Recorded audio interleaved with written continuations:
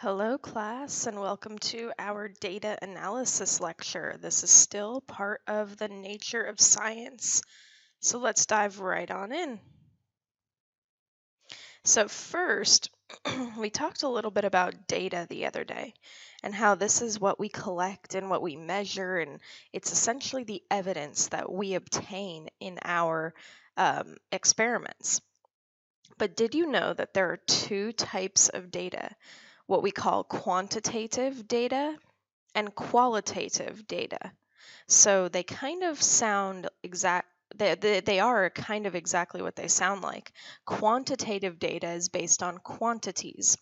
So it's based on a numerical value, something that can be calculated or measured, like the temperature. Qualitative data is more based on a quality or a characteristic. It's not something that we can put into numbers and then actually do calculations of. Like the birds in my yard are red, yellow, and blue. So quantitative is a little more structured, while qualitative is a little more unstructured. It's things like interviews and uh, answers to questions about feelings and emotional state, whereas quantitative research is more what you think of when you think of typical research, like we're going to find the temperature, we're going to measure the height, we're going to do calculations. That's what we're talking about with quantitative data. So now looking at these pictures here, how would you categorize the information that were being presented in these pictures and this graph? So for example, how would you measure the health of a tiger or of any animal for that matter? How would you say they're healthy or they're not healthy? You can't exactly go out into the wild and weigh every animal that you come across. When I went to Africa doing some research this past summer, this was one of the things we had to do. When we came across any game, we had to say overall, are they considered healthy looking or unhealthy looking? And we ended up saying if they were very healthy, we'd give them a score of 2. If they were okay, we'd give them a score of 1. And if they were unhealthy, we'd give them a score of 0. So this is actually qualitative data. I'm looking at the quality of the animal. It's not really something that has a numerical value intrinsic in it that's built into it. So I would say maybe that this tiger has a health of 2, or he's very healthy, or you could even give him a smiley face. Just because it has a number next to it doesn't necessarily mean that it's quantitative. That could just be something that we're using as a placeholder. Overall, we're looking at qualitative data here. What is the quality of this tiger? And this guy here, we'd probably give a really big sad face or a 0. Because he's very unhealthy. He's very skinny and not looking too good. So that's our qualitative over here. Now let's look at these graphs. Let's start with the one on the top here. So for this one, I'm looking at generation. So that's like your grandparents are a generation, your parents are a generation, you are a generation, and population size. So this probably is some type of bacteria because it's exponential growth, and we'll learn about that later in the year if you're taking biology. But what is the population as it goes per generation? So 10 generations down the line, you started at 1 and now you're at 50,000. That's crazy. This is entirely quantitative data. I'm dealing with numbers here. I'm measuring the population with a number. So this is going to be quantitative data for this graph here. Now down here, what kind of pet do you own for this graph down here? We have a rabbit, a dog, a cat, a goldfish, and a hamster. So these are categories of different animals. But this is my IV, remember my independent variable. That's what's on the x-axis all the time. The y-axis is my DV, or what I am measuring, where I'm taking the data from. And remember, we're talking about how we categorize our data. So this is number of people that own each pet. So we have 4 people who own a rabbit, 8 that own a dog, 11 that own a cat, and so on and so forth. So, is this qualitative or quantitative? You might want to say at first, oh, it's qualitative because we're looking at types of animals.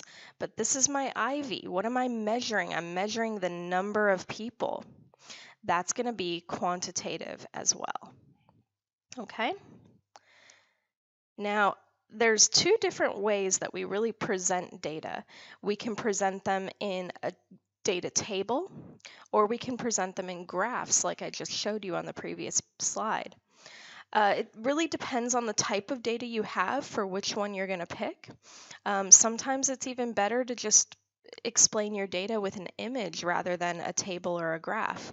Sometimes your data is very large, and so most of it will actually be in some type of raw data table form that you end up never really showing people, because you have to take all that data and summarize it into something a little easier to understand. And that is the whole point of putting things into tables and graphs. It's trying to present the information in a clear, organized, and easy to comprehend manner, or easy to understand manner.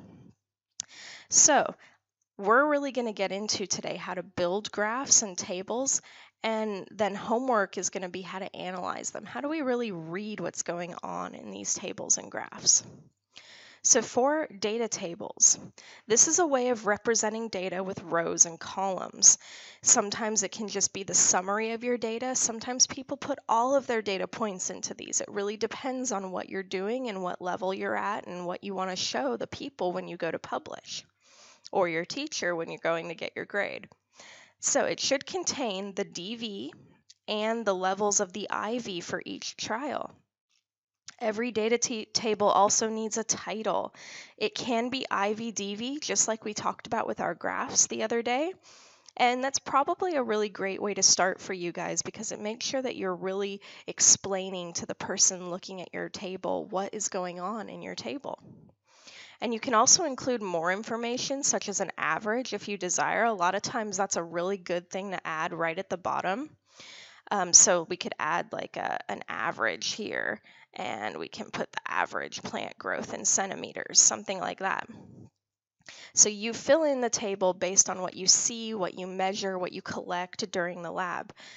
So let's look at these a little bit. So the top one is the pulse rate before and after exercise. So what is your heart rate before you exercise and after you exercise? This is all of their students tested, and when we do science, we try to protect our people's privacy, anyone who's participating in the research, so we gave them letters instead of their names to help with that privacy. So person A, before or at rest, they have 70. Well, 70 what?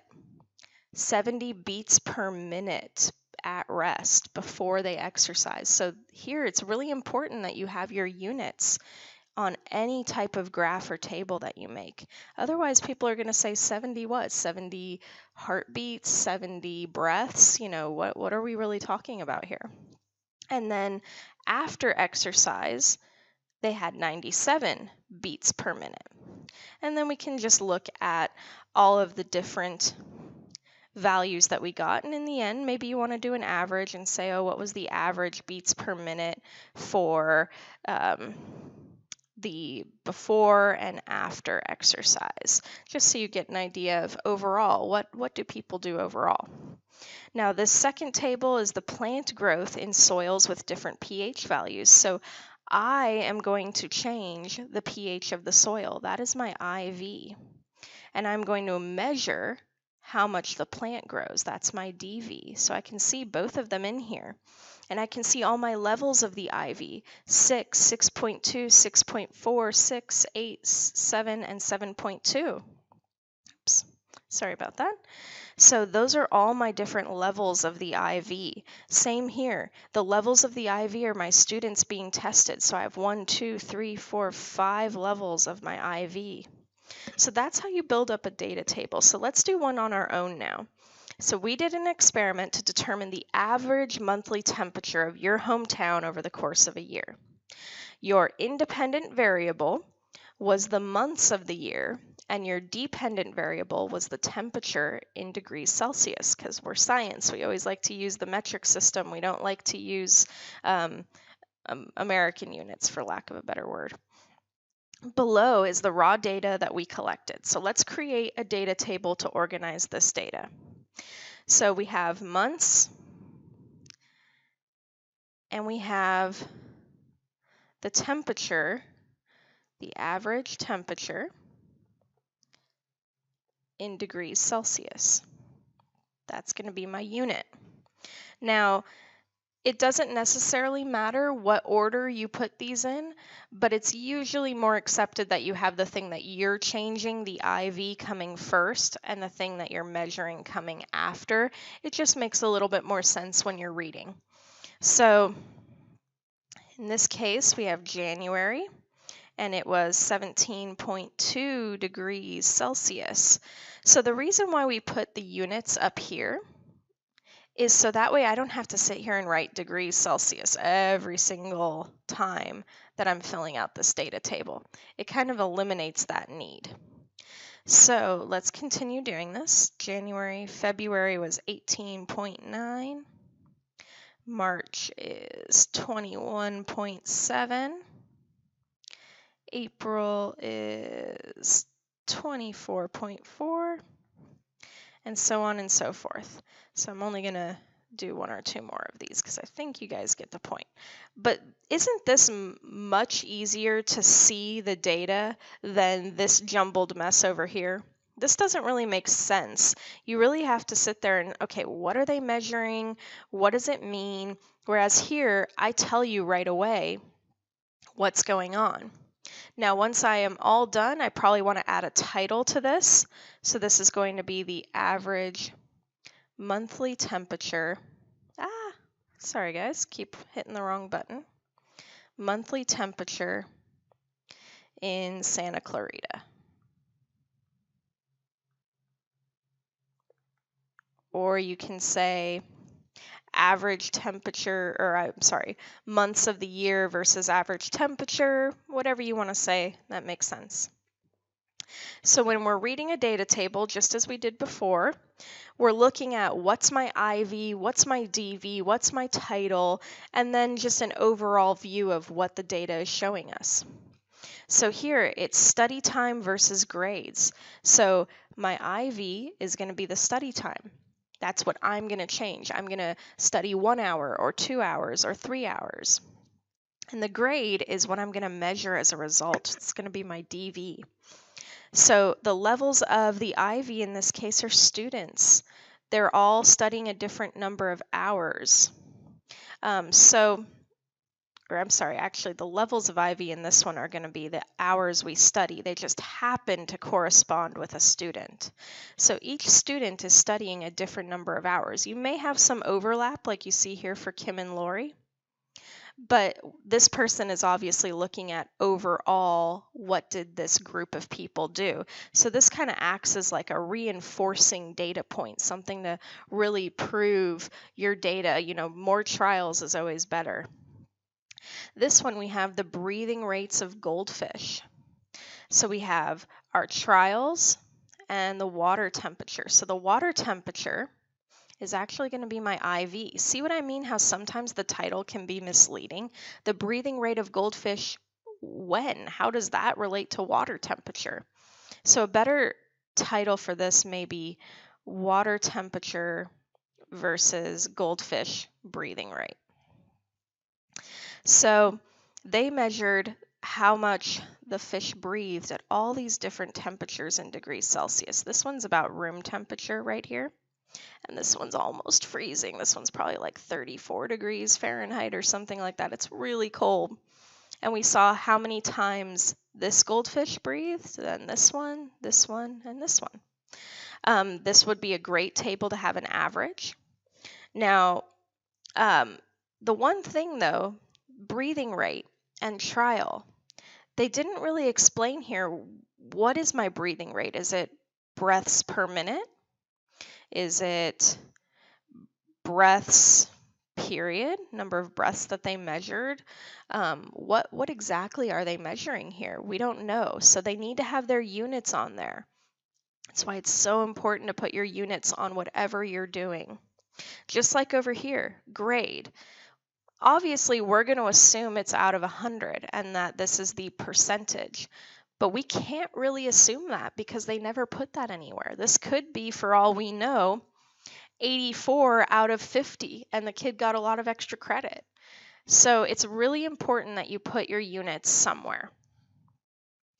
So I want you to analyze this table for next class. Just on your notes, kind of pause and tell me what is good about it, what's bad about it, but more importantly, what is this table trying to show you? What is actually going on? You don't have to get into what the data is talking about, like which temperature is the best for the fish, but give me an overall what this table is trying to show us. All right, drawing graphs. Remember that all graphs need a title, just like we were talking about with our data tables. So even though this one's not in IVDV form, this is actually a fairly good title, Antibiotic Resistance from 1991 to 2003. So we're looking at the year on the bottom here, and the percent resistance as the DV. How much resistance did these antibiotics develop over time? All right, what we also need is to have the IV on the x-axis. So this is the IV. I'm changing the year. I'm going to measure it at different years. And what I am measuring is my percent resistance. So the IV is on the x-axis, and the DV is on the y-axis. Those are things that if you haven't learned yet in math, that's okay. We're going to keep going over it, and I may say things like the horizontal axis or the vertical axis for a while just to make sure that we really get an understanding of what we're doing here. And units.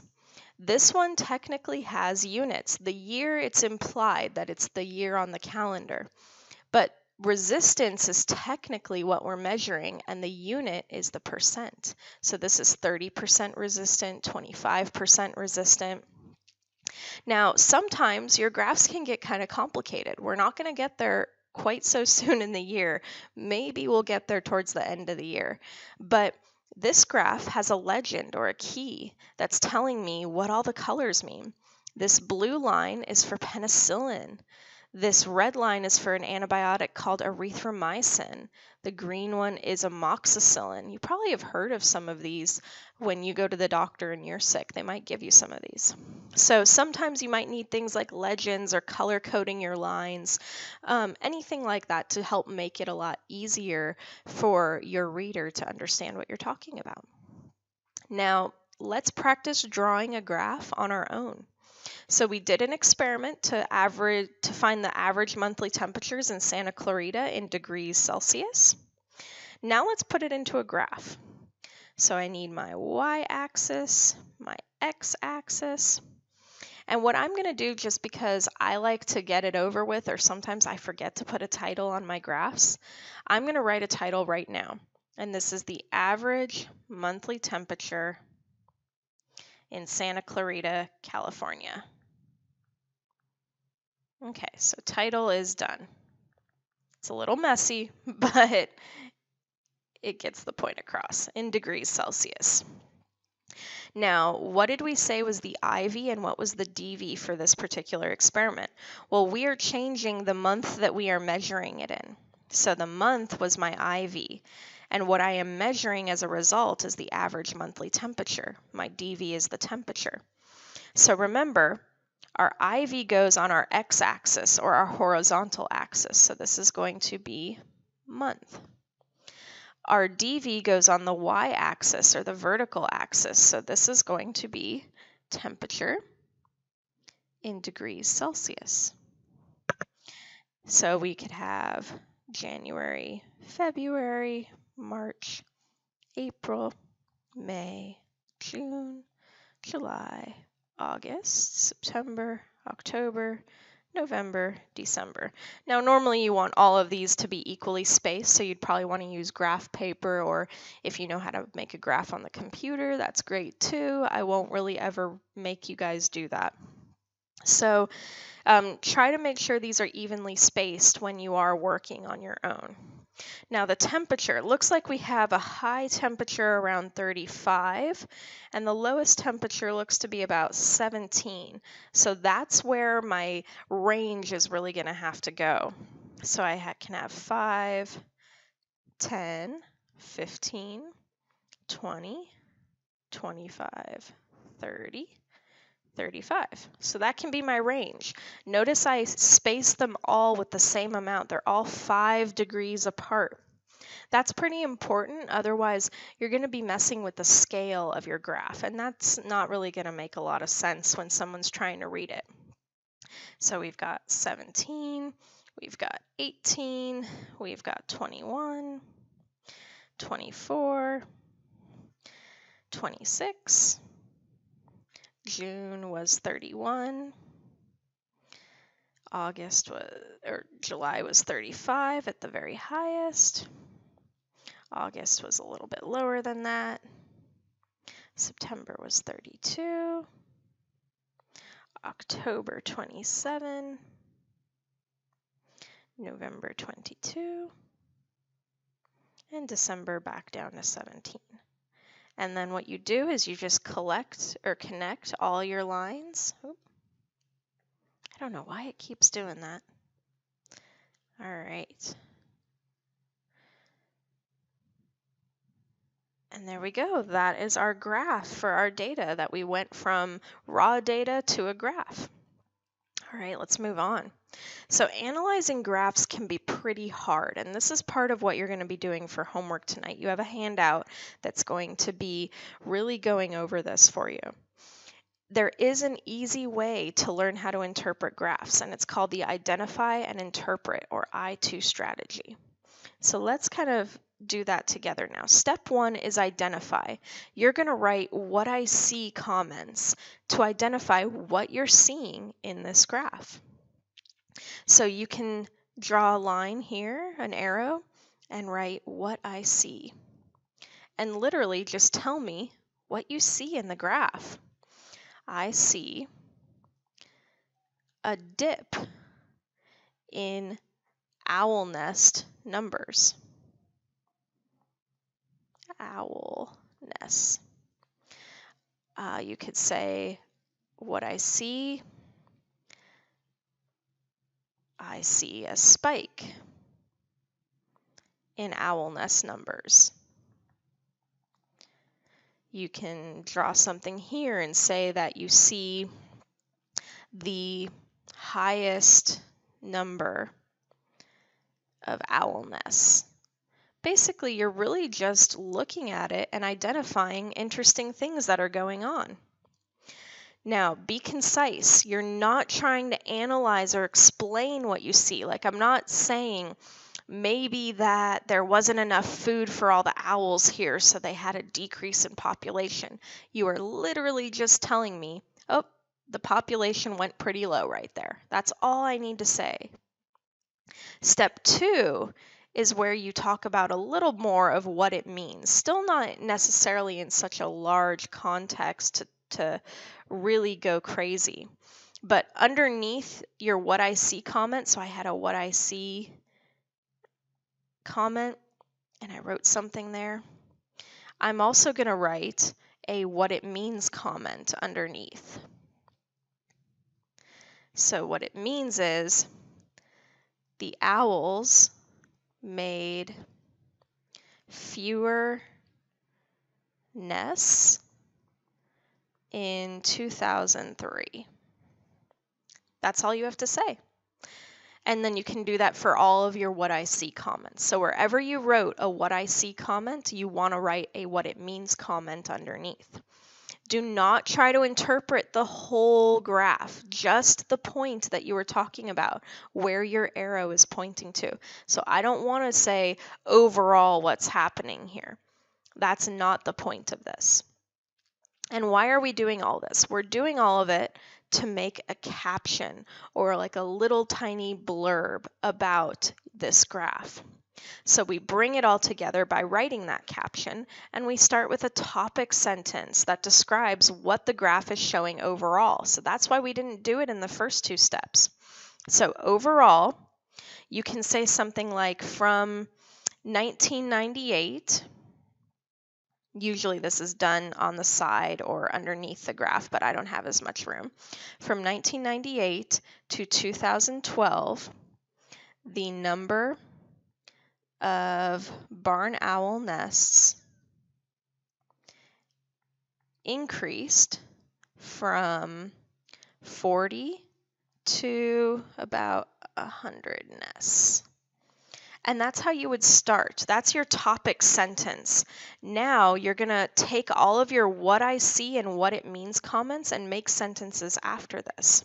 So you're going to say, I saw a dip in 2003. It means the owls made fewer nests that year.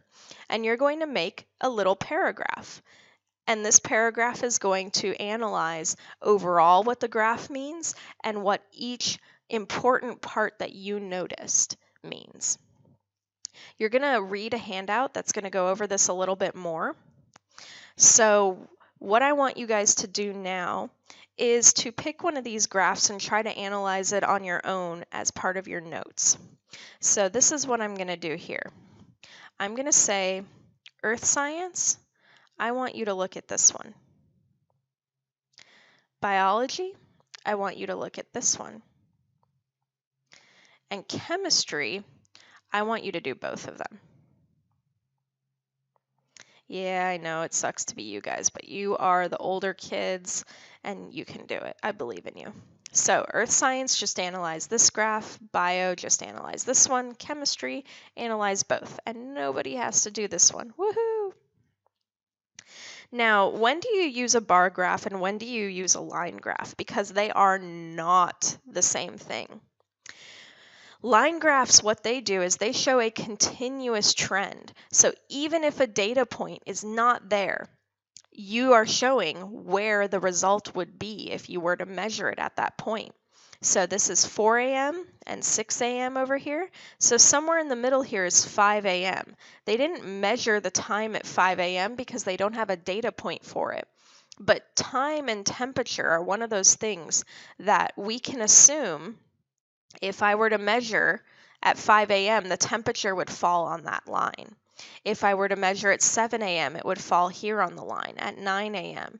So it's a continuing trend. The temperature is going to be a stable thing that's always moving up and down. But the average lifespan of a fox, a mouse, a pig, a chimp, and a donkey, they are not related to each other at all. Just because a fox lives 10 years does not mean that it's going to then all of a sudden morph into a mouse living 2 years. These are discrete, specific quantities, specific categories that we are going to be measuring, and each category is not connected. So often line graphs, you'll see things like time or temperature or other things like that. This is going to be just comparing quantities of things for the most part. Now, can everything really be tested experimentally? Really think about that. Can you make an experiment for anything? What do you do if an experiment doesn't fit, and why wouldn't it fit? So right now, I don't want you to write a sentence, but just pause the video and write maybe 3 to 5 reasons. They could just be quick little bullets. Why wouldn't I be able to perform an experiment? So 2 to 3 on the minimum, actually, and then 5 for the most, and then move on to the next slide, okay? Well, you cannot do all experiments. Some of them are unethical. Some of them are just too difficult. Some of them would alter the environment too much. So we actually can't perform a lot of experiments, believe it or not, especially when it comes to experiments on people or animals or the environment. So we have to do other things. One of those things that we can do is field work. So we can go out into the field and collect data. It's outside of a controlled setting and you're kind of dealing with the work as it comes to you. So it's often in the form of observational studies because we don't want to interfere with the ecosystem. So we're not going to experiment with it. We're just going to study it. Things like volcanologists, people who study volcanoes, psychologists, people who study the way that humans think, astronomers, they can't do experiments on what they're studying. They can only observe it. And this is actually me in South Africa. I went there this summer and did some research, and this is a pelvis from a giraffe. So that's the hip bones of the giraffe and their legs attach here. Isn't that kind of cool? All right. Now, observational studies. This is where we're measuring or surveying individuals without trying to affect them or change their behavior. We don't want to change their behavior because usually it's what we're measuring. We want to see how they behave. In an experiment, you are changing the conditions. In a study, you're taking a survey of what's already happening. So, an example, you want to know the effects of smoking on human lungs. Well, it's not exactly ethical to say, hey, you 50 people smoke cigarettes every day for the rest of your life. These people don't smoke at all, don't even go near smoke. That's not an ethical thing to do. So what we have to do is we already have to study people who are making that decision on their own, people who chose on their own to start smoking. And we can go up to them and say, what are your smoking habits? Can we then take x-rays of your chest? Things like that. So which one is the study and which one is the experiment? We find 100 men and women, age 21, who currently do not smoke, and we randomly assign them into two equally sized groups. I'm going to say randomly, this group, you're going to smoke a pack a day for 10 years. The other group, you are not going to smoke for 10 years. And then I'm going to measure your lung capacity at the end of every year. Is that a study or an experiment? This one's actually an experiment because I am randomly assigning who's doing what. I am changing the variables and I am manipulating it. But this one is going to be a survey. I'm going to find 100 men and women age 30 who have been smoking a pack a day for 10 years. I'm going to find another 100 people who've been smoke-free for 10 years at the same age, and I'm going to measure their lung capacities. That is going to be a survey. I am not manipulating anything. The people already did that to themselves. There's also participatory observation. This is where you just can't get the data you need from observation alone and you have to participate. But you want to be incognito. You don't want to affect the behavior of the people or the animals or the situation that you're trying to study.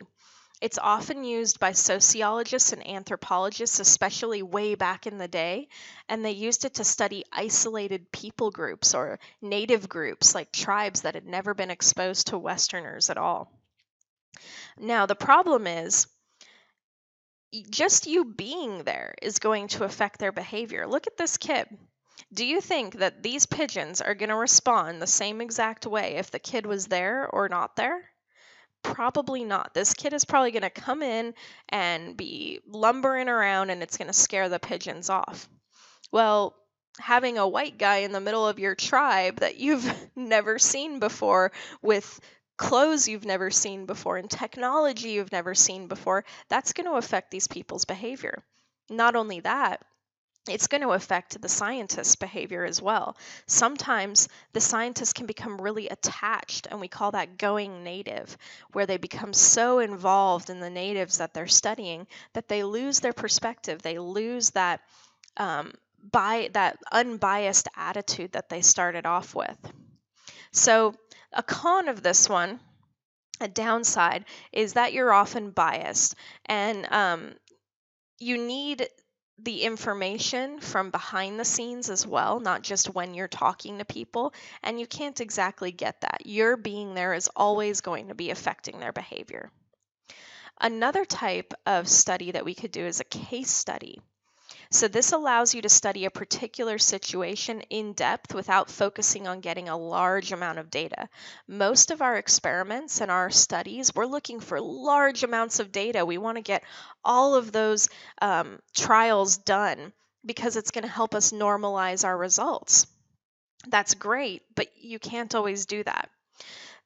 Case studies are often used in medicine or psychology. They're even used in business and law frequently. And it's saying, here's an example of something that happened. Let's study why it happened, what events led up to it, how it was handled, how can we handle it better in the future. So it doesn't answer a full question or a hypothesis, but it can show you how you can change your tactics or how you can argue for or against something in the future. Some people say that case studies are too specific, that they don't represent reality at all, and that is a fair criticism, because one person might react to some medication differently than another. So they are very specific, but they're good to test models or hypotheses or theories in the real world. This is usually what a case study will look like. It's usually in the form of a small paragraph or two, and it'll tell you what happened and how it was resolved, and then you'll usually have to answer some questions about it. Like this one here. What is the most likely diagnosis for a 24-year-old male who presented to the hospital with fever, headache, daytime sleeping, and mental dullness? He had recently returned from a medical mission which placed him in many African villages, and examination revealed cervical lymphadenopathy. Yeah, see, even these words are hard for me. But basically, he probably has African sleeping sickness. So this is a case where I'm studying all of these particular clues at one time, and what can they tell me about this person. You can do survey research where you ask people a list of questions. These are also called focus groups if you're asking more open-ended questions where people can have a conversation with you. This is often seen in marketing research, like how was this product? Did you like it? Why didn't you like it? Things like that. So all of these studies, the good thing about them is they can give you data that you otherwise can't do an experiment for. You can get data from a realistic environment. If I'm going out and doing field work, I'm seeing these animals as they behave in nature, not how they're behaving in a scary lab.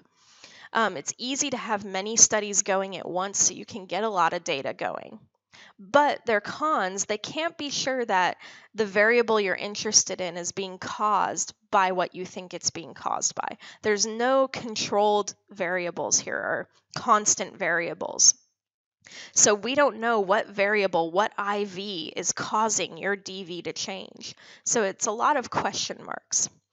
Big one, people lie. If you're surveying someone or if you're taking a medical history, people lie. They're not necessarily going to be honest with you. They want to present the best side of themselves, and that is going to affect things. Even if they're not lying with a bad intent, people tend to do this just because they don't realize they're doing it. Sometimes the way you word a question can give you a different answer, and that's where bias comes into play. Sometimes people do that on purpose to get the answers that they want to get. And it's difficult to observe some behaviors of animals in the wild because our presence, just being there, is going to affect them. We can make scientific models. So this is kind of like a representation of a real system that we can't observe. Something like ocean currents and ocean temperature, or the model of the nucleus and the protons and neutrons and electrons, things like that, of an atom. The model of DNA that Watson and Crick made. We can't see DNA. It's on an atomic scale, so we have to model it. When we're looking at proteins and their structures, we have to model it. Now, these are used in all fields of science, and they're mainly used to predict behavior, to visualize something so we can predict what's going to happen. Now, we can never account for all variables when we make our models. When we're making this model of the ocean currents or the ocean temperature, there's going to be things that we miss. So your models usually have to be tested, or they have to have a lot of evidence to help back them up. But they're always going to be limited because they're not the real thing. There's even mathematical research. So there's some fields, especially like science and astronomy and things like that, where you can't do any types of studies or you can't do experiments. So you have to come up with math. And math is kind of like the underlying thing that explains the universe. So if you study the math, you can understand how something is behaving. Now, excuse me, correlational research. This is where you measure two or more variables. You're looking at two or more DVs at once. So how does my IV affect DV number 1 and DV number 2? Because I'm trying to see, do those two DVs relate to each other at all? Do they affect each other? So the pro is that it allows us to make predictions. Remember, that's one of the goals of science, to see how things will behave in complex relationships. The cons, it could be influenced by other variables. There might be a variable we're not thinking about that's affecting something. And often people say, well, then DV number 1 causes DV number 2 to happen, and that's not true. There's always some other independent variable that's going to affect your DVs. So correlation does not equal causation. Just like these two graphs over here. The age of Miss America correlates with murders by steam, hot vapors, and objects. So how old Miss America is seems to match up pretty perfectly with the number of murders by this pretty gruesome way. Does that mean that the age of Miss America is causing those murders? Of course not. They're just related. Kind of strange. Or the number of people who drowned by falling into a pool correlating with the films that Nicolas Cage appeared in. That doesn't mean that because Nicolas Cage is in a movie, more people are going to drown. They don't cause each other. They just happen to correlate with each other. So now I want you to think about it. All of these things that we've learned about, the case studies, the field work, all of that, do they fall under quantitative or qualitative research? So I want you to go back and put them into groups. Which ones are quantitative and which ones are qualitative? Maybe you have some crossover. So go ahead and do that. Pause the video, and when you're done, go ahead and move on to the next slide. So that's it, guys. That was our data analysis. This one's kind of a hard one. It's a difficult subject to talk about, analyzing tables and graphs, but it's very important. We're going to be working with tables and graphs all year, and it's really good to have a basic understanding of what we're talking about and be able to analyze them for ourselves. We're going to keep working on this throughout the year. It's not like this is the only time I'm going to teach it and then we're done. We're constantly going to be learning and improving here, but we need a basic understanding. So data tables and graphs show our data in an easy to understand way. And not everything can be researched using an experiment. Sometimes it's impossible or it's unethical. So we need to use other scientific methods to get our information. And just for good measure, just because two things correlate does not mean that one causes the other. All right, guys, have a good day.